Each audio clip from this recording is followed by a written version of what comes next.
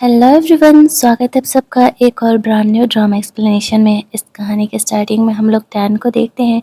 वो इस कहानी की हीरोइन है, वो काफ़ी प्रिटी है। वो एक बिजनेसमैन को सिड्यूस करने का कोशिश कर रही है।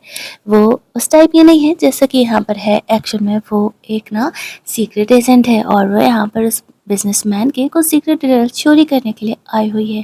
वो काफ़ी अच्छे खास ऑर्गेनाइजेशन के लिए काम करती है और वो इस बिजनेसमैन को इस तरीके से उल्लू बना करके उसके होटल के कमरे से फरार हो रही होती है। तब तक उस बिजनेसमैन को पता चल जाता है और वो यहाँ पर उसके पीछे पड़ जाता है गुंडे-वुंडे को लेकर के। जैसे ही वो वहाँ से निकलती है होटल के कॉरिडोर में वो यानथिंग से टकराती है, लेकिन तब तक वो एक बॉय बन चुकी थी। एक्चुअल में तैन अपनी लाइफ ऐसे ही जी रही है। सारी दुनिया के सामने वो लड़का बन के रहा करती है। उसके फैमिली में कोई नहीं है और वो खुद को सर्वाइव करने के लिए ऐसा करती है। यानथिंग से टकराती है, उनके बीच एक एक्सीडेंटल केस होता है। यानथिंग खुद ही शौक था कि वो तो लड़कियों में इंटरेस्टेड है, बट फिर भी तैन से मिलकर के उसे इतना अच्छा क्यों लग रहा है। उसे ऐसा लगता है कि शायद वो ना उसकी कंपनी में बॉडीगार्ड की नौकरी करता है और वो उसे अपने पर्सनल बॉडीगार्ड बनने के लिए ऑफ़र करता है। वो अच्छी खासी सैलरी दे रहा था तो तैन तुरंत ही उसे हाँ कह देती है। वहाँ से योनतिंग उसे अपने घर लेकर के जाता है और तैन तब तक अपनी फ्रेंड को कॉल करके बता रही थी कि उसे कितना अच्छा जॉब ऑफ़र मिला है। तभी वहाँ पे योनतिंग एंट्री लेता है। वो इतना हैंडसम लग रहा था कि तैन तो एक बार उसे देखते रह जाती है। फिर वो अपने इमोशन को कंट्रोल करते हुए सोचती है, नहीं, नहीं, नहीं, नहीं, नहीं, योनतिंग उसका बॉस है और उसे उसके बारे में ऐसा नहीं सोचना चाहिए। योनतिंग उसे कहता है कि तुम जब मेरी पर्सनल बॉडीगार्ड हो तो तुम्हें मेरे साथ 24/7 रहना पड़ेगा। आज फ़िलहाल हम लोग यहीं स्टे कर रहे हैं। वो उसे अपने घर लेकर के गया हुआ था। तैन इस चीज़ के लिए तैयार हो जाता है। यूनतिंग के जाने के बाद तैन अपने कमरे में जा कर के इस तरीके से खुद के इस स्टेप को चेंज करने का कोशिश कर रहा था। उसे खुद की बॉडी को कवर भी तो करना था, तभी यूनतिंग यहाँ पर उस कमरे में आने लगता है। तैन जल्दी-जल्दी से शर्ट डाल लेता है। अभी योनतांग को ऐसा लगने लगता है कि कहीं तैन इंजर्ड तो नहीं है। वो क्यों इस तरीके से खुद को बैंडेज में बना रहा है। अब वो देखना चाहता था उस चीज़ को, उस बैंडेज को ओपन अप करने का कोशिश कर रहा था, लेकिन थैंकफुली तब तक यहाँ पर योनतांग को कोई बुलाने लगता है और तैन जल्दी से अपने बेड के अंदर घुस जाता है। योनतांग उसे कहता है कि अगर तुम्हें चोट लगा या कोई प्रॉब्लम है तो बताओ, लेकिन तैन कहता है कि नहीं, सब कुछ ठीक है और वो कल सुबह मिलेंगे। योनतांग उसे कहता है ठीक है, तुम्हें अच्छे से रेस्ट लेना होगा क्योंकि कल से तुम्हारा जॉब ऑफिशियली स्टार्ट हो रहा है। यूनथिंग के ग्रैंडफादर ने उसे बुलाया था। वो उसकी शादी यान से कराना चाहते थे, लेकिन यूनथिंग साफ मना कर देता है और कहता है कि वो लड़कियों में फ़िलहाल तो बिल्कुल भी इंटरेस्टेड नहीं है। यूनथिंग उसे कहता है कि तुम फेई नाम की जिस लड़की को ढूंढ रहे हो इन 20 सालों से, वो तो जिंदा भी नहीं है। तुम बेकार में इतना एफर्ट डाल रहे हो। यूनथिंग की बचपन की फ्रेंड थी फेई, लेकिन यूनथिंग इस बात को एक्सेप्ट करने के लिए तैयार ही नहीं था। इधर हम लोग तैन की कंडीशन को देखते हैं। उसका इकलौता भाई यहाँ पर बीमार पड़ा था और तैन को उसका ऑपरेशन कराना था, जिसके लिए उसे 3 मिलियन रुपीज़ लगने वाले थे और इसीलिए उसने यहाँ पर यूनथिंग का ये जॉब ऑफर एक्सेप्ट किया था। जब वो ऑफिस जाती है तो एक लड़की यहाँ पर इस तरीके से यूनथिंग पर लाइन मारने के लिए आती है, लेकिन तैन उसे बेहोश कर देती है। अब यहाँ पर यूनथिंग उसे कहता है कि तुम अपना काम तो कुछ ज़्यादा ही अच्छे तरीके से संभालने लगे और यहाँ पर उसका सेक्रेटरी को थोड़ा सा जेलस होने लगता है क्योंकि यूनथिंग अब तैन को ज़्यादा भाव दे रहा था। तैन अपने भाई के बारे में सोचते सोचते आगे बढ़ रही थी तो वह गलती से यूनथिंग से टकरा जाती है। यूनथिंग उसे अपना काम थोड़ा ज़्यादा ही ध्यान से करने के लिए बोलता है।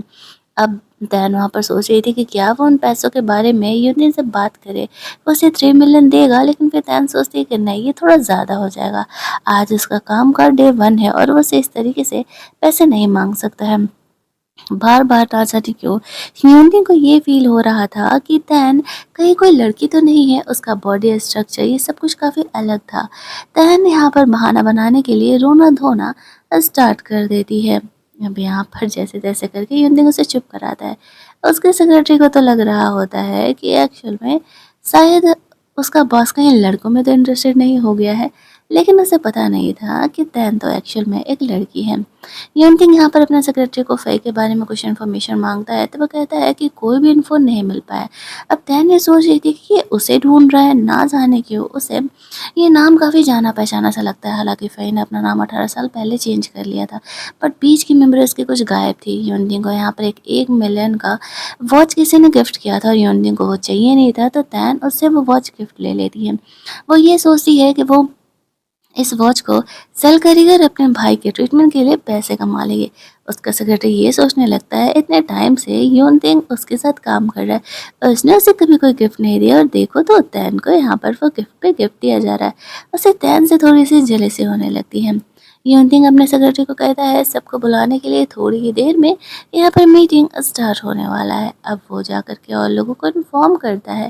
तैन यहाँ पर यून तिंग के साथ ही खड़ा था। यहाँ एंट्री होता है यान का, जो कि इस कहानी के सेकंड फीमेल लीड है और यही योनतिन से शादी करना चाहती है।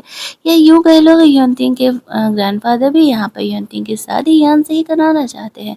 वो योनतिन के साथ फ्लर्ट करने का कोशिश कर रही थी, तो वो उसे साफ मना कर देता है और कहता है कि तुम्हें पता है कि मैं लड़कियों में इंटरेस्टेड नहीं हूँ।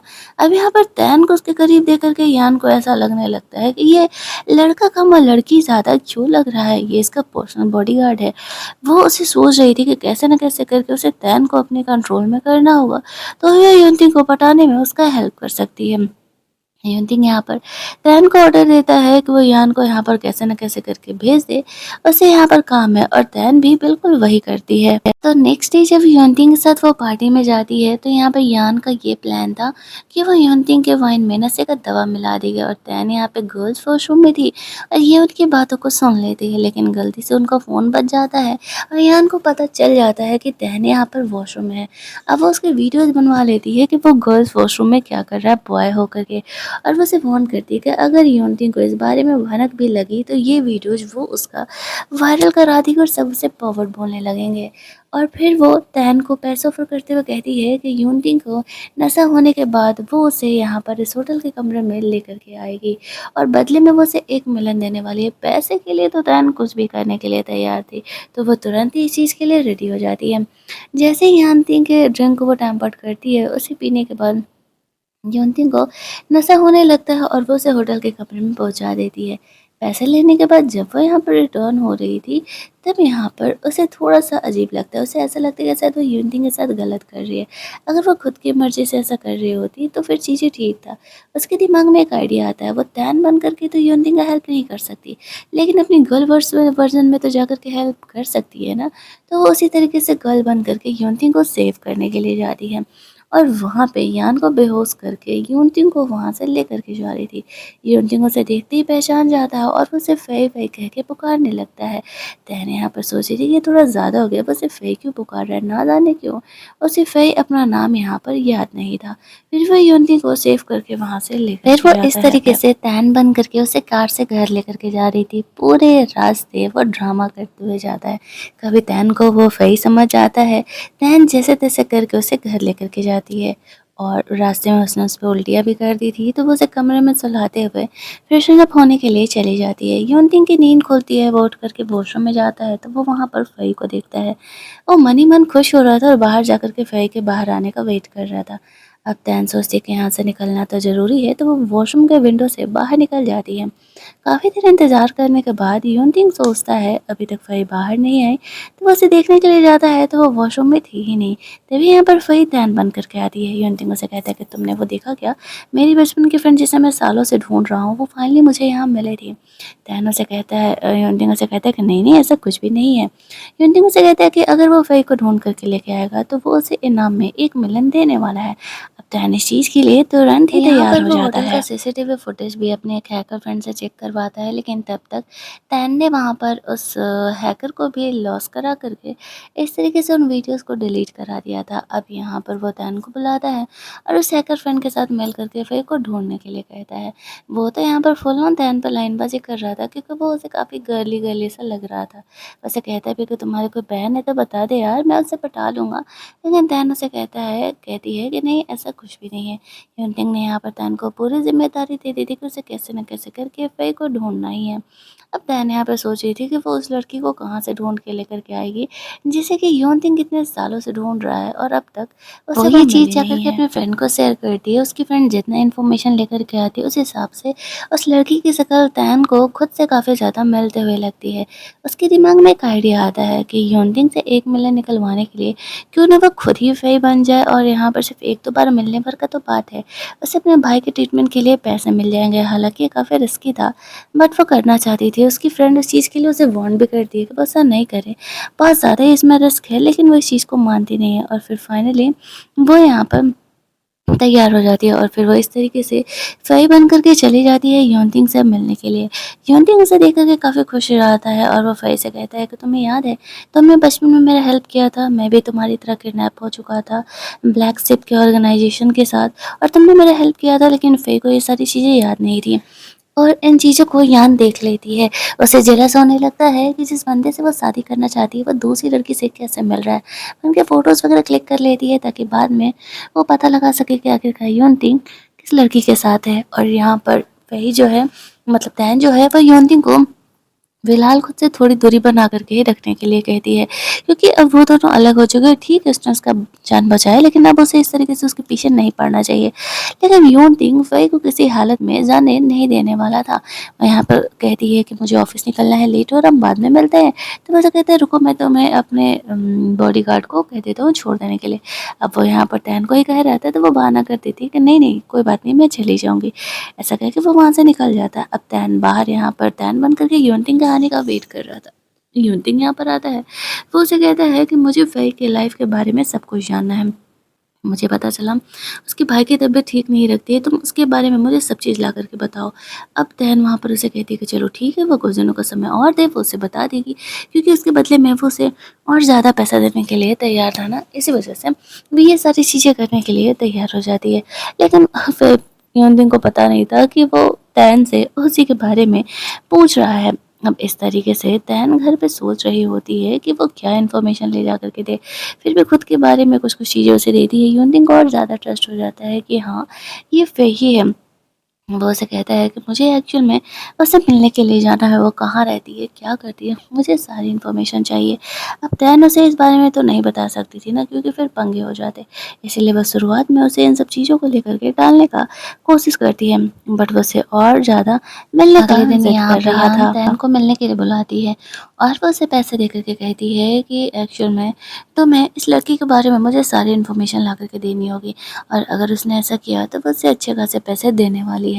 अब तैन को यहाँ पे दोनों साइड से पैसे मिल रहे थे, लेकिन उसे पता था कि अगर उसने यान को खुद के बारे में इन्फॉर्मेशन दिया तो उसके लिए पंगे बढ़ सकते हैं, लेकिन फिर भी वो यहाँ पर यान के लिए ये प्रॉब्लम उठाने के लिए तैयार थी। अब तैन ने जहाँ पर फ़ेई के रहने का जिस जगह बताया था, वहाँ पे योनतिंग उससे मिलने के लिए जाता है, तो वो उसे कहता है, "अरे! तुम भी यहीं रहती हो?" अब वो उसे भला क्या ही बहाना बनाया और कह देती है कि हाँ, हाँ, मैं भी यहीं रहती हूँ। फिर जैसे-तैसे करके चीज़ें टलाती हैं। अगले दिन यहाँ पे यान फ़ेई से मिलने के लिए जाती है और यहाँ पे एक लड़का उसे परेशान कर रहा था, तो यान उसे वहाँ से जाने के लिए कहती है। वो फ़ेई से मिल कर के उसे पैसे-वैसे दे कर के योनतिंग की लाइफ़ से निकल जाने के लिए कह ही रही थी। तभी यहाँ पे योनतिंग आ जाता है और वो यान को डाँटने लगता है और कहता है कि वो तैन से प्यार करता है और उससे दूर रहे। फिर उसे वहाँ से लेकर के जाता है। ऑफ़िस जाने के बाद वो तैन से ज़िद कर रहा था, उसे यहाँ पर फ़ेई से मिलने के लिए जाना है। लेकिन तैन उसे बहाना कर देती है कि फ़ेई भी घर पे नहीं होगी, हम किसी और दिन यहाँ पर चल लेंगे। युनतिंग को डाउट होने लगता है कि तैन को फ़ेई के बारे में इतनी सारी चीज़ें कैसे पता है। तैन वहाँ से ऑफ़िस से छुट्टी लेकर के अपने भाई से मिलने के लिए हॉस्पिटल गई हुई थी, जहाँ पर उसे पता चलता है कि उसे जल्दी ही और पैसों का इंतज़ाम करना होगा। अब यहाँ पर उसे उसके बॉस का कॉल आता है और वो उसे पूछ रहा था कि वो कहाँ है। तो उसे कह देती है कि वो हॉस्पिटल में है। जैसे-तैसे करके वो वापस से फिर टैन बनती है और यूनतिंग से मिलने के लिए जाती है। उसका सेक्रेटरी उसे रिसीव करने के लिए आया हुआ था। उसे कहती है कि एक्चुअल में फ़ेई को तुम्हें यूनतिंग के साथ पार्टी में लेकर के जाना होगा और उसे एक फीमेल कंपेनियन की ज़रूरत है। तैन उसे कहती है कि फ़ेई तो यहाँ पे नहीं आ सकती, बट मैं उसकी जगह यूनतिंग के साथ यहाँ पे डांस कर सकती हूँ। यूनतिंग तो फ़ेई के आने का इंतज़ार कर रहा था, वो नहीं आती है तो तैन उसे खुद के साथ डांस करने के लिए ऑफ़र करता है। अभियंती को ये चीज़ काफ़ी ऑकवर्ड लग रहा था। यहाँ पे बीच में यान उन्हें परेशान करने के लिए आ जाती है। उससे तो यहाँ पे तैन से भी जेलस हो रहा था कि वो युवती के साथ क्या कर रहा है। और यहाँ पे युवती को डांस करने के लिए पूछती है, युवती उसे मना कर देता है। तैन उसे कहती है, मेरा बॉस तुम्हारे साथ डांस नहीं करना चाहता, तुम चाहो तो मैं तुम्हारे साथ डांस कर सकता हूँ। फिर दोनों यहाँ पर साथ में डांस कर रहे थे और ये चीज़ देख कर के युवती को थोड़ा जेलसी फ़ील होने लगता है और वो तैन को वहाँ से लेकर के जाता है और कहता है कि ये मेरा बॉडीगार्ड है, ऐसे तुम्हारे साथ डांस करने की ज़रूरत नहीं है। तैन को वो साइड में लेकर के जाके कहता है कि तुम्हें किसने कहा था यान के साथ डांस करने के लिए? तो तैन उसे कहती है, अरे तुम्ही ने तो कहा था ना कि तुम्हें उसके साथ डांस नहीं करना, मैं तो बस सिचुएशन को यहाँ पर सँभाल रही थी। वो उसे फ़ई के बारे में पूछता है तो वो बहाना कर देती है कि एक्चुअल में फ़ई की तबीयत ख़राब है, इसी वजह से वो यहाँ पर नहीं आ पाई। अभी यूनतिंग को फ़ई की काफ़ी फ़िक्र होने लगती है और वो तैन से कहता है, ठीक है, तुम मुझे उसके घर लेकर के चलो। जैसे ही वो लोग वहाँ पर जाते हैं तब तैन सोच रही थी कि वो कैसे बन के आए फ़ई। जैसे-तैसे करके फ़ई को वहाँ पर एक कॉल आता है, वो जैसे ही पीछे मुड़ता है वो फट से कमरे के अंदर जाती है और फ़ई बन जाती है। बात करने के बाद यूनतिंग यहाँ पर आता है तो देखता है कि तैन है ही नहीं। वो भी फ़ई के घर का दरवाज़ा नॉक करने ही वाला था कि यहाँ पर वो गेट खोल देती है। अभी यूनतिंग उसका फ़िक्र कर रहा था कि क्या हुआ, तबीयत ख़राब है, ज़्यादा ख़राब है। फिर उसे घर के अंदर लेकर के जाती है। यूनतिंग कहता है कि तुम इतने नॉर्मल से घर में रहती हो, मैं तुम्हारे लिए नया घर ले देता हूँ, तुम्हारी तबीयत ठीक नहीं है, मैं तुम्हारा केयर कर देता हूँ। तो यहाँ पर फ़ई उसे मना कर रही होती है, तो कहती है कि नहीं, ये सब कुछ करने की कोई ज़रूरत नहीं है, हमारे बीच में वैसे भी वैसे कोई रिलेशन नहीं है। और वो बहाना करके उसे वहाँ से बाहर भेज देती है। फिर वो यहाँ पर यूनतिंग का उसे कॉल आता है जो कि तैन को ढूँढ रहा था, तो वो तैन बनकर के उससे बात करती है और वो कहती है कि वो थोड़ी ही देर में उससे मिलने के लिए आ जाएगी यहाँ पर। और इधर हम लोग देखते हैं कि यान को फ़ई के बारे में कोई इन्फॉर्मेशन नहीं मिलता है। उसे ऐसा लगने लगता है कि आखिर ये लड़की है कौन, जिसे कि जिसके बारे में उसे कोई इन्फॉर्मेशन नहीं मिल पा रहा है। वो इस चीज़ को लेकर के काफ़ी परेशान थी। अब यहाँ पर वो जब वो हॉस्पिटल जाती है, उसके भाई का ऑपरेशन सक्सेसफुल था, बस उसके बाद कुछ और ट्रीटमेंट्स बाकी थे। तभी एक लेडी बहुत रोते हुए आती है, उसके बच्चे को हॉस्पिटल से किसी ग्रुप ने किडनैप कर लिया था। डॉक्टर उसे बताता है कि ऑपरेशन सक्सेसफुल होने के बाद इसके बच्चे को किसी ग्रुप ने किडनैप कर लिया। वो लेडी तैन को बताती है उसके बच्चे का ब्लड ग्रुप रेयर था। अब यहाँ पर तैन समझ जाती है कि हो ना हो ये इसी ब्लैक शिप वाले जो ग्रुप है उसका काम है, क्योंकि वही लोग इस तरीके से बच्चों को किडनैप किया करते हैं। अब वो उस प्लेस पर उस बच्चे को बचाने के लिए चली जाती है, उन गुंडे लोगों से लड़ती है और थैंकफुली वो यहाँ पर उस बच्चे को सेव कर लेती है। उसे पता था क्योंकि बचपन में इसी ग्रुप ने उसे किडनैप किया था। वो बच्चे को सेव करने के बाद अपने घर लेकर के जाती है। यूनी को यहाँ पर पता चलता है कि फ़ेई एक्चुअल में किसी बच्चे को लेकर के आई है, तो वो भी उसे देखने के लिए जाता है। वो बच्चा काफ़ी घबराया हुआ था। तो फ़ेई उसे बताती है कि एक्चुअल में ये बच्चे को किसी ने किडनैप किया था और मैं यहाँ पर इसे सेव करके लेकर के आई हूँ। वो ये इसे नहीं बताती है कि उस ग्रुप ने एक्चुअल में उसे किडनैप किया था। वो उसकी मॉम को कॉल करके इन्फॉर्म कर देती है कि आपका बच्चा बिल्कुल ठीक है और वो हमारे प्लेस पर है। यहाँ पर तैन ने अब तक उस ब्रेसलेट को सँभाल कर के रखा था जो कि यूनटिंग का था। वो उसे देख कर के काफ़ी इमोशनल हो जाता है। धीरे-धीरे चीज़ें क्लियर हो रही थी कि फ़ेई वही गर्ल है जिसे कि वो ढूँढ रहा है। इधर यान को फ़ई के बारे में कुछ-कुछ इन्फॉर्मेशन मिल रहा होता है। उसे पता चलता है ये भी कि एक्चुअल में जिस बच्चे को उन लोगों ने किडनैप किया था उसे उसी लड़की ने आकर के सेव किया है। हमें यहाँ पे पता चलता है कि एक्चुअल में यान उसी ग्रुप से बिलॉन्ग करती है। और ये बात बाहर किसी को नहीं पता है। वो लेडी यहाँ पर अपने बच्चे को देख के काफ़ी खुश हो जाती है और उसे वहाँ से लेके जाती है। तभी फ़ेई यहाँ पर अचानक से बेहोश हो जाती है क्योंकि उसे फ़ीवर हो गया था। अब यूनटिंग उसे सँभालता है। जब उसे होश आता है तो अपने बॉडीगार्ड को कॉल कर रहा था कि वो फ़ेई के लिए कुछ खाने-पीने की चीज़ें मँगा देता है। लेकिन वो यहाँ पर उसे कैसे न कैसे रोक रही थी क्योंकि बहुत ज़्यादा ही मैटर बिगड़ जाता। अगर यहाँ पर वो तैन को बुलाता तो फिर वो कैसे वहाँ पर जा सकती थी? अभी तो वो फ़ेई बन कर के उसके सामने है।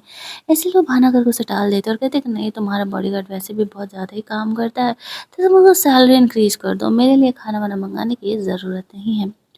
अभी उन्हीं को लगने लगता है कि कहीं फ़ेई और तैन के बीच में कुछ चल तो नहीं रहा। फ़ेई इतना ज़्यादा तैन का क्यों ही ख़्याल रख रही है? यूनतिंग उससे कुछ कहता नहीं है। वो कहता है कि चलो ठीक है, तुम आराम करो, तुमको फ़ीवर है। वो उसके लिए कुछ खाना-वाना बनाने के लिए चले जाता है। अब यहाँ पर फ़ेई अपने फ्रेंड को कॉल करके कह रही थी, यार मेरे घर में काफ़ी हैंडसम सा बंदा खाना-वाना बना रहा है। मैं ना खुद को बहुत ही लकी समझ रही हूँ। अब यहाँ पर उसकी फ्रेंड कह रही है, बहन तुझे बुखार है, थोड़ा-सा अपने दिमाग पर काबू रख। अगले दिन यूनतिंग इस तरीके से फ़ेई के लिए रिंग और फ्लावर बुके लेकर के आता है और उसे अपनी गर्लफ्रेंड बनने के लिए कहता है। तो यहाँ पर फ़ेई उसे मना नहीं कर पाती है और उसकी गर्लफ्रेंड बनने के लिए हाँ कह देती है। उसके तो सपनों को जैसे पंख लग गए थे। वो अपनी फ्रेंड को जाकर के वो रिंग वगैरह दिखाती है और कहती है कि एक्चुअल में वो यहाँ पे यूनती की गर्लफ्रेंड बन गई है। उसे भी अपना एक बॉयफ्रेंड बनाना था और फाइनली वो सपना पूरा हो गया। लेकिन उसकी फ्रेंड उसे याद दिलाती है, फ़ेई वो गर्ल नहीं है जिसे कि यूनतिंग ढूँढ रहा है। तैन इस बात को जानती थी।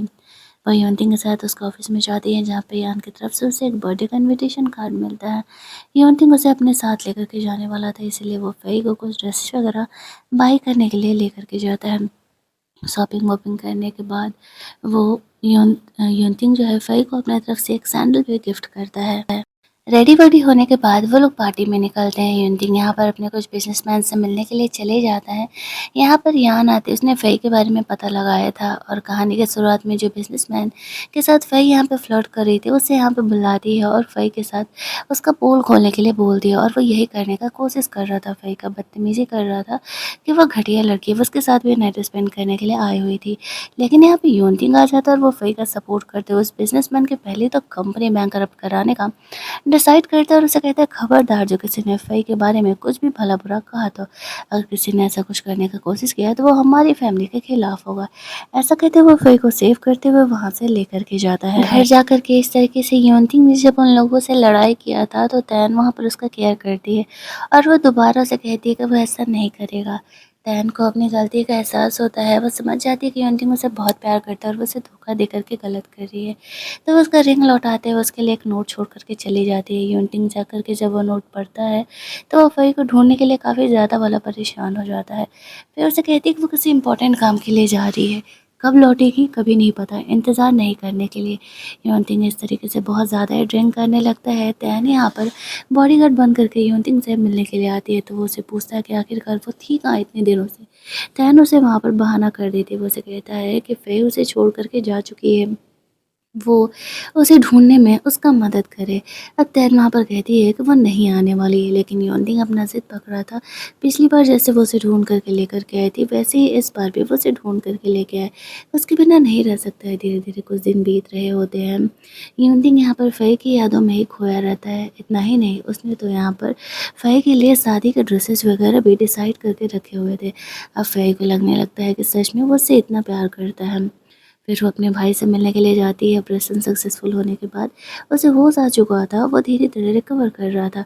वो फ़ई से पूछता है क्या हुआ, वो इतनी खोई-खोई से क्यों रहती है? तो फ़ई उसे यूनती के बारे में नहीं बताती है। एक दिन यहाँ पर उसे कॉल आता है कि एक्चुअल में उसकी तबीयत बहुत ही ज़्यादा ख़राब है। यूनी को मतलब फ़ीवर-वीवर है ज़्यादा वाला, तो वो तैन बन करके इस तरीके से उसका केयर करने के लिए जाती है। बट वो उसे ही मिस कर रहा था और वो बार-बार यहाँ पर फ़ई का नाम ले रहा था। तैन को समझ नहीं आता है कि वो क्या करे, वो एक्चुअल में उसे हर्ट नहीं करना चाहती थी। तो वो यहाँ पर फ़ई बन के एक बार उसके सामने आ जाती है। यूनथिंग उसे हग कर लेता है और कहता है कि वो उसे क्यों छोड़ कर के चली गई। फिर उसे कहती है कि उसकी लाइफ़ का कोई और मिशन है और जब तक कंप्लीट नहीं हो जाता, वो उसकी लाइफ़ में वापस नहीं आने वाली है। यहाँ पे यूनथिंग फ़ई को किस करते हुए कहता है कि वो इतने सालों से उसे ढूँढ रहा है, वो उसे इतना प्यार करता है। उसकी लाइफ़ का क्या मिशन है जो कि वो उससे शेयर नहीं कर सकता। दोनों यहाँ पर इंटीमेट होते हैं। फ़ई भी खुद को नहीं रोक पाती है। जाने से पहले वो यूनथिंग से कहती है कि वो उसकी लाइफ़ में एक बार वापस ज़रूर आएगी। अगले दिन यूनथिंग काफ़ी खुश था। तैन उसे देख कर के सोच रही होती है कि यूनथिंग से मिलना उसका शायद सही में अच्छा हुआ। वो अपना ध्यान रखने लगा है। एटलीस्ट अब वो ये ड्रिंक तो नहीं कर रहा। शायद वो चीज़ें सुधार सकता है। वो यहाँ पर उसे ब्लैक फ़िश वाले ऑर्गेनाइज़ेशन के बारे में पता लगाने के लिए कहता है, जिस पे कि फ़ई वर्क कर रही है। और इधर हम लोग यान को देखते हैं, जिसको उसके डैड कॉल करके कहते हैं कि यूनथिंग को तुम्हें मारना ही होगा। वो हमारे लिए खतरा बनते जा रहा है। लेकिन यान ऐसा नहीं करना चाहती थी क्योंकि वो उससे शादी करना चाहती है और वो उसे पसंद करती है। उसके ग्रैंडफ़ादर उसे साफ डाँटते हुए कहते हैं कि अगर उसने यूनथिंग को नहीं मारा तो हमारा ये पूरा ग्रुप ही बंद हो जाएगा। अब यान वहाँ पर उसे कहती है कि अगर उससे यूनथिंग की शादी हो जाएगी तो फिर वो भी तो उसे हर्ट नहीं करेगा। लेकिन उसके ग्रैंडफ़ादर उसे समझाते हैं कि वो तुम्हें पसंद नहीं करता, तुमसे शादी किसी हालत में नहीं करने वाला है। दूसरी साइड हम लोग देखते हैं कि यूनथिंग यहाँ पर घर पर था, उसकी तबीयत ख़राब थी, तैन उसका केयर कर रहा होता है। और फिर जब वो दोनों एक दिन बाहर निकलते हैं तो अचानक से कुछ बदमाश गुंडे उस पर अटैक कर देते हैं, जिस वजह से कि दोनों इंजर्ड हो जाते हैं। अब वो तैन को कहता है कि वो उसका ख्याल रखेगा जब तक कि वो ठीक नहीं हो जाता। वैसे भी तैन को बचाने के चक्कर में वो इंजर्ड हुआ है। अब यहाँ पर तैन को उसका ख्याल तो रखना पड़ता है, लेकिन उसे इस तरीके से सेविंग वगैरह करने नहीं आता है, तो भला वो करे तो क्या करे। फिर भी मजबूरी में उसे यूनथिंग का ख्याल रखना ही पड़ता है। यूनथिंग उसे रात में अपने साथ सोने के लिए बोलता है क्योंकि वो भला कहाँ जाएगा। अब तैन इस तरीके से उसका फर्स्ट एड वगैरह करती है, उसका ड्रेस व्रेस भी चेंज करवाती है। मजबूरी में उसे ये सब कुछ करना पड़ता है। अब तैन एक लड़की, ये बात यूनथिंग को पता नहीं था, इसी वजह से वो ये सब कुछ उसे करने के लिए कह रहा था। लेकिन बात जब साथ में सोने के लिए आती है तब तो ये थोड़ा ज़्यादा ही हो गया था।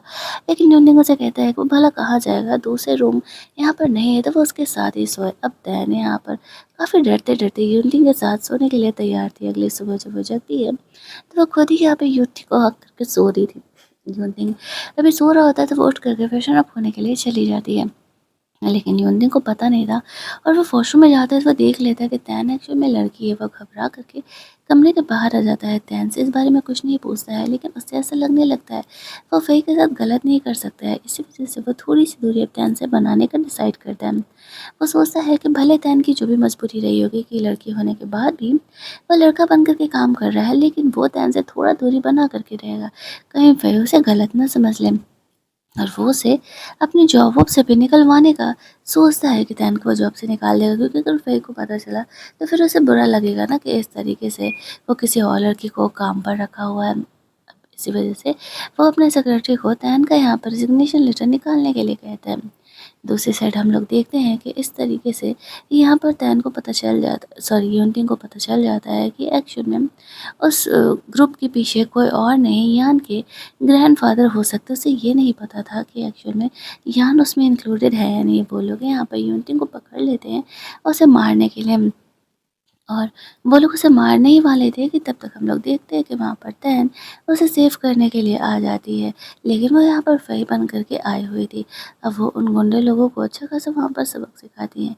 यूनती यहाँ पर सेव हो जाता है, लेकिन वो इंजर्ड हो जाता है। फ़ई को जब वो रोकने का कोशिश कर रहा था तो वो वहाँ पर चली जाती है। उसका मेन मोटिव था इस ग्रुप को पूरी तरीके से बर्बाद करने का। अब हम लोग ये देखते हैं कि अगले दिन वो यहाँ पर उस चीज़ के बारे में चेक कर रहा था कि कैसे वो यहाँ पर इस ग्रुप को पूरी तरीके से ख़त्म कर सकता है, लेकिन उसे कोई भी इन्फॉर्मेशन यहाँ पे नहीं मिल पा रहा था। तभी हम लोग यहाँ देखते हैं पर तैन आ जाती है। अब उसके सेक्रेटरी को जो ऑर्डर दिया गया था उसे जॉब से निकालने के लिए, वो उससे बोलने ही वाला था, लेकिन योनदिन यहाँ पे रोक देता है, क्योंकि कल जब यहाँ पर वो फ़ई से मिला ना तो उससे ऐसा लग रहा था कि कहीं तैन ही तो फ़ई नहीं है। उसे इस बात का उस चीज़ पर डाउट हो गया था, तो इसी वजह से वो यहाँ पर तैन को जॉब से नहीं निकालता है। उसे याद था कि फ़ई जो उसके बचपन की फ्रेंड थी ना, उसके तलवे में एक बर्थ मार्क था और वो उसे चेक करना चाहता था। इस चीज़ को चेक करने के लिए वो यहाँ पर तैन को गर्ल का ये भी देता है, सैंडल देता है पहनने के लिए, लेकिन वो यहाँ पर सक्सेसफुल नहीं हो पाता।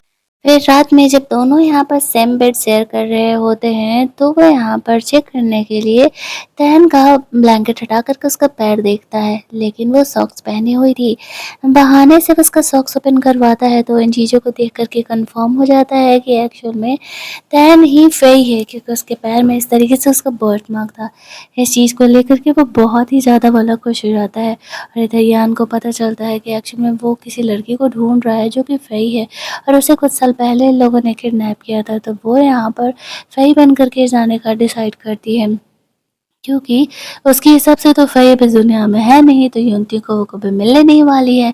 तो फिर वो इस तरीके से फ़ई बन करके उसके लाइफ में जाएगी। अगले दिन हम लोग यहाँ पर देखते हैं कि वो सच में वहाँ पर फ़ई बन कर के चली जाती है। अब यहाँ पे योनथिंग झूठ-मूठ का उसे एक्सेप्ट करने की एक्टिंग करने लगता है और कहता है चलो ठीक है, तो आज से तुम मेरी पर्सनल बॉडीगार्ड बनोगी। लेकिन वो उसे कहती है लेकिन मैं तो यहाँ पे तुम्हारी गर्लफ्रेंड बनने के लिए आई हूँ, पर्सनल बॉडीगार्ड भला मैं बन कर के क्या करने वाली हूँ। तो वो उसे कहता है कि नहीं-नहीं, मेरी जो फ़ई थी ना वो मार्शल आर्ट में कुछ ज़्यादा ही टैलेंटेड थी, और उसने जिस तरीके से बचपन में मुझे प्रोटेक्ट किया था, तो मैं भी यही चाहता हूँ कि तुम भी इस तरीके से बचपन में मुझे प्रोटेक्ट करो। मजबूरी में यहाँ पर तैन को कहना होता है कि हाँ चलो ठीक है, मैं यहाँ पर तुम्हारा पर्सनल बॉडीगार्ड बनने के लिए तैयार हूँ। भला और वो कर भी क्या सकती थी। तो जब वो लोग बाहर निकलते हैं तो उसी ब्लैक फिश ग्रुप का एक मेंबर यहाँ पर आ जाता है। अभियान वहाँ पर उसे इशारा करती है, झूठ-मूठ कर उससे मार खाने के लिए बोलती है। साफ दिख रहा था कि वो यहाँ पर फेक फाइट कर रही है, लेकिन यहाँ इतनी बड़ी ढक्कन थी कि वो इस चीज़ को समझ नहीं पाती है कि यूनथिंग और तैन दोनों मिल करके उसके साथ गेम खेल रहे हैं। वो यहाँ पर तैन को यान के बारे में पता लगाने के लिए कहता है। वो कहता है मुझे डाउट है कि वो मुझसे झूठ बोल रही है। तैन उसे कहती है चलो ठीक है, वो कुछ दिनों का समय दे, वो तुरंत ही उसे ढूंढ लेगा। इसके बाद यान अपने ग्रैंडफादर से मिलने के लिए जाती है। उसके ग्रैंडफादर उसे डांटते हुए कहते हैं कि वो जो बेवकूफ़ी कर रही है उससे कुछ नहीं होने वाला है। योनथिंग ने कभी भरोसा ही नहीं किया कि वो फ़ई है, और वो सिर्फ उसे उल्लू बना रहा है। उसे योनथिंग को किसी न किसी हालत में मारना ही होगा, वरना उनका ये पूरा ग्रुप डूब जाएगा। अब यान यहाँ पर अपने ग्रैंडफ़ादर के बातों में आ जाती है, और जो भी वो कह रहे थे करने के लिए वो सारे काम करने के लिए तैयार हो जाती है। वो यहाँ पर मौके का फ़ायदा उठाती है। जैसे ही योनजिंग और तैंग ऑफ़िस से निकल रहे थे, उनके बंदी लोग यहाँ पर इन दोनों को किडनैप कर लेते हैं। अब योनजिंग को यहाँ पर पहली बार पता चलता है कि एक्चुअल में उस ग्रुप में यहाँ पर यान भी अवेलेबल है। अब इतने सारे लोगों को वो लोग लेकर के आए हुए थे। योनजिंग और तैन अकेला भला कितने लोगों से लड़ते झगड़ते, चीज़ें उनके लिए काफ़ी मुश्किल होती जा रही थी। यहाँ पर तैन के सर पे चोट लग जाता है, जहाँ पर कि उसे याद आ जाता है कि एक्चुअल में बचपन में वो युवती के साथ यहाँ पर किडनैप हुई थी और युवती जिस लड़की को ढूंढ रहा है एक्चुअल में वही वो फई है जिस चीज़ की वो एक्टिंग की थी। लेकिन इससे पहले कि वो युवती को सेव कर पाती, वो लोग वहाँ से युवती को किडनैप करके लेके जाते हैं। अब यान यहाँ पर उसे तैन का धमकी देते हुए कहती है अगर वो तैन को जिंदा देखना चाहता है तो उसे उससे शादी करना पड़ेगा, और अगर युवती ने ऐसा नहीं किया तो वो लोग तैन को मार देंगे। अब यहाँ पर वो घबरा करके ओके कह देता है। यान यहाँ पर अपने ग्रैंडफादर को लेकर के आती है। वो यहाँ पर योन्ती को एक पॉइज़न खिलाने के लिए कहते हैं और कहते हैं कि जब तक इसकी तुमसे शादी नहीं हो जाती तब तक इसे इस पॉइज़न का एंटीडोट कोई भी नहीं देगा। तभी जाकर के वैलिड होगा कि एक्चुअल में योन्तिंग ने यान से शादी की है सबके सामने, उसे शादी करना पड़ेगा। अब यान वैसा ही करती है। योन्तिंग को पाने के चक्कर में वो उसे वो पॉइज़न तक खिला देती है जिसका कि कोई एंटीडोट नहीं था, और योन्तिंग यहाँ पर तैन को सेव करने के लिए वो दवा खा लेता है। अब वो तो काफ़ी खुश थी और कहीं न कहीं यान के भी ग्रैंडफ़ादर को लग रहा था कि चलो अच्छा है, एटलीस्ट यहाँ पर उसकी शादी हो जाएगी तो उन्हें कंपनी में कुछ ज़्यादा वाला हेल्प मिल जाएगा। अब वो लोग यही सोचते हुए मन ही मन काफ़ी खुश हो रहे थे। इधर जब तैन को होश आता है तो देखती है कि उसका भाई उसका केयर कर रहा है। वो युनतिंग को कॉल करती है तो उसका सेक्रेटरी उठाता है और कहता है कि एक्चुअल में वो शादी कर रहे हैं यान से। अब वो शॉक्ड हो जाती है और सोचने लगती है कि आखिरकार वो उससे शादी क्यों कर रहे हैं। इसके बाद हम लोग योनतिंग और यान की शादी का सीन देखते हैं। शादी जैसे ही स्टार्ट होने वाला था, तैन वहाँ पर पहुँच जाती है और वो योनतिंग के शादी से मना कर देती है। योनतिंग भी यहाँ पे यान को छोड़ करके तैन के साथ जाने लगता है तो यान उसे वार्न करती है और कहती है कि वो गलत कर रहा है। लेकिन यहाँ पर योनतिंग उसे कहता है मुझे तुम्हारे साथ तो वैसे भी नहीं रहना था, मैं तो बस यहाँ पर तैन को सही सलामत देखने का वेट कर रहा था। तैन यहाँ पर सबके सामने गर्ल बन करके आई हुई थी। उसके सेक्रेटरी को तो चक्कर आने लगता है। अगले दिन यहाँ पर फ़ई को लेकर के ग्रैंडफ़ादर से वो मिलने के लिए जाता है, जहाँ पर कि ग्रैंडफ़ादर को यूनतिंग और फ़ई के रिलेशन से कोई प्रॉब्लम नहीं था। वो उसे कहते हैं कि मुझे खुशी है कि यूनतिंग को फाइनली उसके प्यार मिल गया है और वो जल्दी ही यहाँ पर अपना शादी-वादी करने का प्लान करें। यूनतिंग भी इस चीज़ से काफ़ी खुश था। आगे आने वाले कुछ दिन वो लोग एक नॉर्मल कपल की तरह बिताते हैं। लेकिन फ़ई का दिल तब टूट जाता है जब कुछ दिनों तक इस तरीके से नॉर्मल कपल रहने के बाद फ़ई ने यूनतिंग को शादी के लिए प्रपोज़ किया था, बट उसने उससे मना कर दिया था। वो उसे कहता है कि उसकी लाइफ़ में अभी कुछ और काम बाकी है और वो फ़ई से फ़िलहाल शादी नहीं कर सकता। फ़ई को ऐसा लग रहा था कि यूनतिंग उससे प्यार नहीं करता, लेकिन सच तो अगले ही दिन उसके सामने आ जाता है जब यान यहाँ पर आकर के फ़ई को बताती है कि एक्चुअल में यूनतिंग ने तुम्हें बचाने के लिए पॉइज़न खाया था जिसका एंटीडोट उसके पास नहीं है।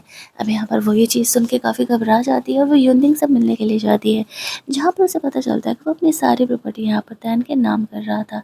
इस बात से तैन उससे काफ़ी गुस्सा आ जाती है और कहती है कि उसने उसे ये बात क्यों नहीं बताया।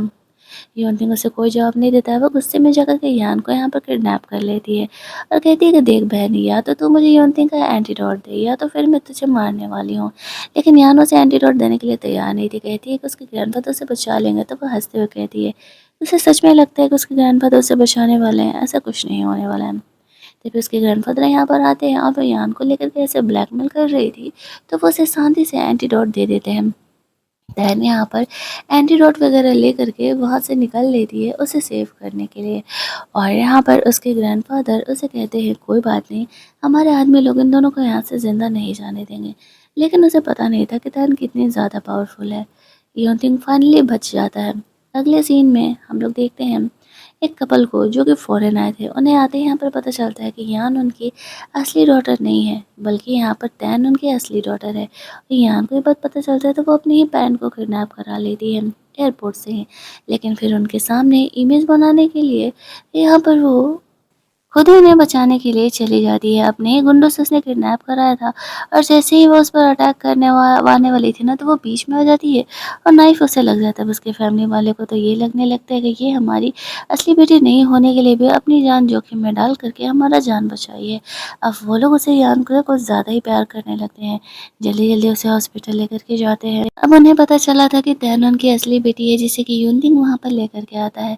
तैन हालांकि उससे मिलकर के काफ़ी खुश थी, लेकिन दिल तभी टूट जाता है जब उसके पेरेंट उसे बताते हैं, हम तुम्हें अपनी असली बेटी मानने के लिए तैयार हैं, लेकिन हम लोग यहाँ पर यान को नहीं छोड़ सकते, क्योंकि देखो यान ने इस तरीके से हमारी जान बचाई है और ऊपर से बचपन से लेकर के आज तक हमने उन्हें पाला पोसा है।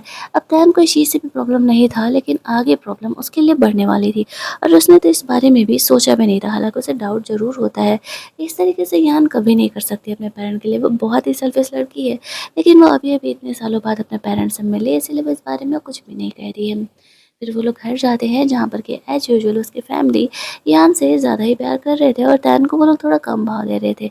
और यान इस तरीके से अपने फादर को, अपने फैमिली को बचाने का नौटंकी करके हर चीज़ तैन से छीनती जा रही थी, उसके कपड़े, उसके ड्रेसेस, और कुछ ज़्यादा ही इनोसेंट यहाँ पर बन रही थी। उसकी फैमिली यहाँ पर पूरा उसका सपोर्ट कर रही होती है, लेकिन यूनतिंग यहाँ पर तैन के सपोर्ट में आता है। अब यान का ज़िद करना था कि वो यूनतिंग से शादी करना चाहती थी, लेकिन तैन ने उसे छीन लिया।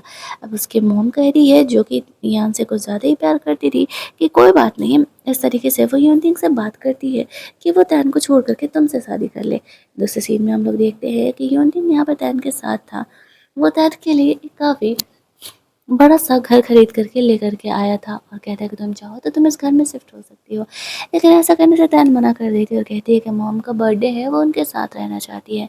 बर्थडे वाले दिन सब यहाँ पर फैमिली मेम्बर बैठ के बर्थडे सेलिब्रेट कर रहे थे। तैन अपनी मॉम को गिफ्ट देती है तो वो बॉक्स खाली निकलता है और यहाँ पर उसमें एक चूहा था एक्चुअल में, और वो तैन पर गुस्सा करने लगती है और कहती है कि वो उसके साथ इस तरीके का बकवास मज़ाक कैसे कर सकती है। फिर यहाँ पर अच्छी बनते हुए अपनी मॉम को एक नेकलेस गिफ्ट करती है। तैन उसे कहती है कि ये मेरा नेकलेस था, ये तुम्हारे पास क्या कर रहा है। लेकिन यान इस चीज़ को एक्सेप्ट करने के लिए तैयार ही नहीं थी। योनथिंग यहाँ पर तैन के सपोर्ट में आता है और कहता है कि कल मैं खुद जा कर के तैन के साथ उसकी मॉम के लिए नेकलेस खरीदवाया हुआ हूँ। तो फिर ये यान के पास कैसे पहुँच गया। यान यहाँ पर अपनी गलती एक्सेप्ट करने के बजाय कहती है, एक्चुअल में मुझे नेकलेस काफ़ी पसंद आ गए थे तो मैंने तैन से बाय कर लिया था। तैन कहती, जब मैंने तुम्हें नेकलेस कभी बेचा ही नहीं तो फिर ये नेकलेस तुमने बाय कैसे किया। वो जैसे तैसे करके यहाँ पे सिचुएशन को संभालती है। यहाँ की गलती सामने रहने के बावजूद यहाँ पर जो उसके मॉम लोग हैं ना, वो लोग उसे ही सपोर्ट करते हैं। अब तैन को ये चीज़ काफ़ी ज़्यादा बुरा लग जाता है कि उसके मॉम डैड को ना जाने यान ने कौन से गुत्ते पिला दिए कि वो लोग कुछ भी सुनने के लिए तैयार ही नहीं है। चीज़ें यहाँ पर सामने हैं, फिर भी वो उनकी गलती को देखने के लिए तैयार नहीं है। लेकिन यहाँ पर तैन के डैड को लगता है कुछ तो गड़बड़ है। ये नेकलेस वाला मैटर, उन्हें ऐसा लग रहा है कि उन लोग यहाँ पर तैन के साथ कुछ अलग बिहेव कर रहे हैं। वो उनकी असली बेटी है और उन्हें उसका भी ख्याल रखना चाहिए। यही सोचते हुए वो यहाँ पर तैन के लिए कोई नेकलेस वगैरह भी खरीद करके लेकर के जाने के लिए सोचते हैं और इस तरीके से वो उसे वो गिफ्ट देते हैं। तैन को तो लगा था कि चलो ठीक है, शायद उसके फैमिली मेम्बर भी उसके बारे में सोच रहे हैं। वो यहाँ पे यूनथिंग के कॉल आने पर सारी बातें बता रही थी और अपनी मॉम के लिए उसने अपने हाथों से केक बनाया था, जिसमें कि यान के कहने पर घर की मेड कुछ तबीयत ख़राब होने वाला दवा यहाँ पर मिलना दे रही है। वो अपनी फैमिली मेम्बर को सबको वो केक ले जा कर के देती है और जैसे ही वो केक उसके मॉम डैड खाते हैं ना, सबसे ज़्यादा तबीयत तो यहाँ पर उसके मॉम का ख़राब हो जाता है। उन्हें हॉस्पिटल लेकर के जाया जाता है। जो घर की दाई थी सारा ब्लेम यहाँ पर तैन पर डाल देती है। उसे खाना नहीं बनाने आता, उसने जानबूझ कर के खाने में कुछ मिलाया था जिसकी उसके मॉम की तबीयत ख़राब हो गई। अब तैन उसे कहती कि मॉम है मेरी, भला मैं ऐसा क्यों करूँगी। यहाँ पर यूनथिंग उसके सपोर्ट में आता है और उसे यहाँ पर उसके घर के मेड के बारे में कुछ इन्फॉर्मेशन हाथ लगा था। मुझसे डाँटते हुए पूछता है तो वो एक्सेप्ट कर लेती है कि हाँ, उसी ने उस केक में कुछ मिलाया था जिससे कि उसकी मॉम की तबीयत ख़राब हो गई। लेकिन तैन को डाउट था कि वो किसी के कहने पर ऐसा कर रही है। लेकिन वो लेडी यहाँ पर ये एक्सेप्ट नहीं करती है कि वो यान के कहने पर ऐसा कर रही है, क्योंकि यान ने उसे अच्छे खासे पैसे दिए थे ये काम करने के और इस बारे में झूठ बोलने के लिए। इसी वजह से वो यहाँ पर ऐसा कर रही होती है। फिर इस बात को हटा दिया जाता है और वो लोग यहाँ पर यूनथिंग से अब शादी-वादी के बारे में बात कर रहे थे। उसके ग्रैंडफ़ादर यहाँ पर उसके फ़ादर की कंपनी में इन्वेस्टमेंट वगैरह भी करने के लिए तैयार थे, जिसे सुन कर के वो लोग काफ़ी खुश हो जाते हैं। लेकिन यान यहाँ पर कबाब में हड्डी बन कर के आ जाती है और वो बातों-बातों में यहाँ पर यूनथिंग से शादी करने का ज़िक्र ज़ाहिर करती है। तैन को फँसाने के लिए अगले सीन में पहले तो वो खुद ही स्टेज से गिर जाती है और एक्टिंग करने लगती है कि तैन ने उसे धक्का दिया है। इससे पहले कि तैन कुछ समझ पाती, उसके फैमिली मेम्बर यहाँ पर आ जाते हैं और वो लोग तैन पर गुस्सा करते हुए जल्दी-जल्दी यान को हॉस्पिटल लेकर के जाते हैं, जहाँ पर डॉक्टर उसका ट्रीटमेंट कर रहे थे और वो लोग तैन पर गुस्सा कर रहे थे कि वो अपने सिस्टर के साथ ऐसा कैसे कर सकती है। तैन उन्हें समझाने की कोशिश करती है कि मैंने ऐसा नहीं किया, लेकिन कोई सुनने के लिए तैयार नहीं था। तैन का भाई जिसके लिए उसने इतना मेहनत किया था वो यहाँ पर आता है तैन का सपोर्ट करने के लिए उसके फैमिली मेम्बर तो यान के पास चले जाते हैं। उसके फादर को लगता है कि शायद तैन ऐसा नहीं कर सकती है, कुछ तो गड़बड़ है, उसे यहाँ पर इन चीज़ों को अच्छे से इन्वेस्टिगेट करना चाहिए। इधर जब यान को होश आता है तो काफ़ी कमज़ोर, बीमार होने की एक्टिंग कर रही होती है और यूनतिंग से उसने शादी करने का ज़िद पकड़ा हुआ था। अब यहाँ पर उसकी जो मॉम थी इमोशनल होकर के इस चीज़ों को हाँ कह देती है। घर आने पे तैन को वो कहती है कि वो अपने बॉयफ्रेंड को छोड़ दे और यहाँ से उसकी शादी करवा दे। यूनतिंग ये बात सुन लेकर वो उसकी फैमिली को वार्न करता है, दोबारा अगर ऐसा किसी ने कहा तो उनके लिए सही नहीं होगा। जो उसके ग्रैंडफ़ादर यहाँ पर इन्वेस्ट कर रहे हैं, इन्वेस्टमेंट को बाहर भी निकाल सकता है। वो लोग यहाँ पे यूनतिंग से पंगा नहीं ले सकते थे। तैन ग्रैंडफ़ादर से मिलने के लिए जाती है। ग्रैंडफ़ादर कहते हैं कि अगर उसे अपने घर पे नहीं रहना है, उसे अपने साथ रहना है, तो वो चाहे तो रह सकती है। लेकिन तैन कहती है कि नहीं, शादी के बाद तो वैसे भी यहाँ आना ही है और कुछ ही दिनों में शादी है। अगले कुछ दिन तो नॉर्मली बीत जाते हैं, लेकिन उसे पता नहीं था कि उसकी खुद की मॉम उसके लिए क्या प्लान कर रही है। तैन तो सिर्फ़ इस चीज़ से खुश थी कि उसकी शादी जल्दी ही यूनदिंग से होने वाली है। लेकिन शादी वाले दिन बहाने से उसकी मॉम उसे यहाँ पर बेहोशी वाला पानी पिला देती है। इस वज़ह से कि तैन बेहोश हो जाती है और वो उसकी जगह यान को यहाँ पे ब्राइड बना कर के लेकर के जाती है। लेकिन यूनदिंग इस चीज़ को पहचान जाता है कि एक्चुअल में वो तैन तो है ही नहीं और स्टेज पर जाकर के वो उसका पोल खोल देता है। तैन को भी होश आ गया था, वो बेहोश होने की सिर्फ़ एक्टिंग कर रही थी।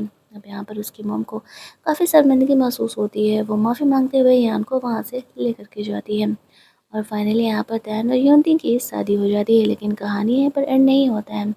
यान जब समझ चुकी थी कि अब यूनती की शादी तैन से हो चुकी है, वो किसी हालत में उसका नहीं हो सकता है, तो वो काफ़ी पागलों की तरह बिहेव करने लगती है। अब यहाँ पर तैन भी अपनी मॉम के इस हरकत के बाद अपनी फैमिली से रिश्ते नाते तोड़ लेती है और कहती है कि वो बिना पेरेंट के ही ठीक थे। ऐसे पेरेंट होने से तो बेहतर है कि मेरे को पेरेंट ही नहीं रहे। यानी कि जो ग्रैंडफ़ादर थे वो उसे पूरी तरीके से एक्सेप्ट कर लेते हैं। घर जाने पर उसकी मॉम उसे समझाने की कोशिश करती है कि वो उसके लिए कोई और लड़का ढूँढ कर के लेके आएगी। तो यूनती को पाने का ज़िद छोड़ दे, उसकी शादी उससे हो चुकी है। लेकिन यान का ज़िद ख़त्म होने का नाम ही नहीं ले रहा था। जब वो लोग यहाँ पर तैन का सपोर्ट करने लगते हैं क्योंकि तैन के डैड को तैन एक्चुअल में इनोसेंट थी, ये बात पता चल चुका था। तो इस चीज़ को जानने के बाद वो यहाँ पर तैन का सपोर्ट कर रहे थे। और इस तरीके से यान को डाँट रहे होते कि उन्हें सब पता है कि उसने क्या गड़बड़ किया है। तब जाकर के यान को काफ़ी गुस्सा आता है और वो अपने फैमिली मेंबर को यहाँ पर किडनैप कर लेती है। अब सबको सब पता चल जाता है कि एक्चुअल में उस ग्रुप के पीछे भी यान थी। ग्रुप ख़त्म होने के बाद भी उसकी ये बेसियस हरकतें ख़त्म नहीं हुई और इस तरीके से वो अपने मॉम डैड को ही किडनैप कर लिए। कहानी के एंडिंग में उसके मॉम डैड को भी समझ में आ जाता है कि यान ये सारी हरकतें कर रही थी और वो तो कभी उससे प्यार की ही नहीं थी। यान यहाँ पर जाकर के अपने मॉम डैड का जान बचाती है। जैसे-तैसे उन्हें हॉस्पिटल लेकर के जाती है, जहाँ पर कि डॉक्टर ट्रीट करके उनका जान बचाते हैं। यान की इन हरकतों की वजह से यान को यहाँ पर जेल हो चुका था। फाइनली अब सारे विलेन के खात्मा हो चुके थे। उसकी मॉम अपनी गलती का एहसास हो चुका था, तो वो तैन से अपनी गलती के लिए माफ़ी माँगती है और तैन उन्हें माफ़ कर देती है। फाइनली तैन को यहाँ पर फैमिली भी मिल जाती है और जिस बंदे से वो प्यार करती थी, वो भी। वो यूनदिंग के बेबी को लेकर के प्रेग्नेंट थी। इसी गुड न्यूज़ के साथ हमारे ड्रामा यहाँ पर ख़त्म कर दिया जाता है। अगर ये कहानी अच्छी लगी हो, वीडियो को लाइक शेयर ज़रूर कर देना, चैनल को सब्सक्राइब करना। मिलते हैं हम लोग एक और नई कहानी में।